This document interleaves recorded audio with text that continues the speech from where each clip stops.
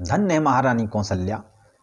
कौशल्या जी राम जी को गोद में लेकर के पलना में कभी झुलाती हैं, कभी हृदय से लगाती हैं, कभी अपने कंधे पर बैठा लेती हैं, कभी गोदी में लेकर के दुलार करती हैं भगवान को। तो भगवान किसके वशीभूत हो? तो बोले प्रेम के वशीभूत होते हैं, जिसमें प्रेम हो, सद्भावना हो। आज की माताएं कहती हैं कि भाई बहू हमारे बस में नहीं रहती, बहू हमको जवाब देती है। तो आप सास हैं, आप माँ बन जाओ।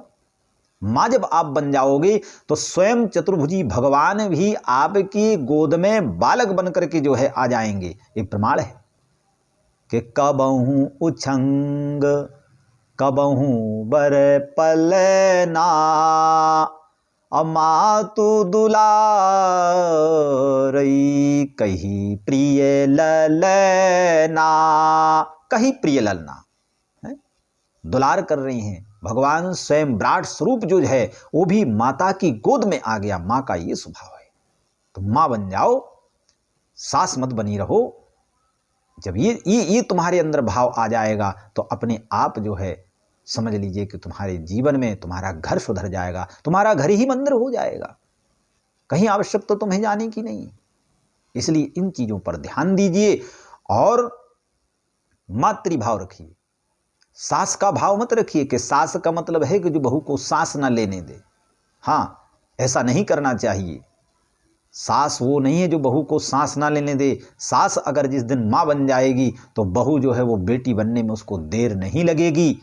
जिस तरीके से आप अपनी बेटी को सिखाते हैं उस तरीके से अपनी बहू को भी सिखाइए। तो ये संसार में फिर कहीं भी कोई बहू जो है आग लगा करके नहीं मरेगी, और कोई भी बहू जो है दहेज प्रथा में अपने सास और ससुर को जेल में नहीं डलवाएगी। और जितना भी ये केस चल रहे हैं, मुकदमा चल रहे हैं, दहेज प्रथाएं चल रही हैं, सब खत्म हो जाएगी।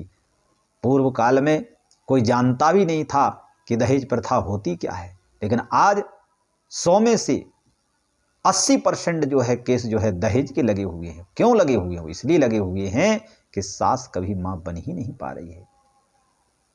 इसलिए घर फूटते जा रहे हैं, घर टूटते जा रहे हैं। आज संसार में लड़कियों की कमी हो गई, कन्याओं की कमी हो गई। आज अच्छे अच्छे घरों में लड़के कुंवारे पड़े हुए हैं। क्यों? कि वहाँ कमी किनकी है? कमी उनके माँ बाप की है। इसलिए सुधार करो अपने अंदर और विचार करो कि हमारा जीवन जो था निकल गया, अब मेरी बहू और लड़का जो कर रहे हैं वही सही है, वही हमको लेके चल रहा है। और तब जा कर के ये दहेज प्रथा हट जाएगी। अपने को कौशल्या बना लो तो बहू तुम्हारी सीता बन जाएगी। इन बातों को आपको ध्यान रखना।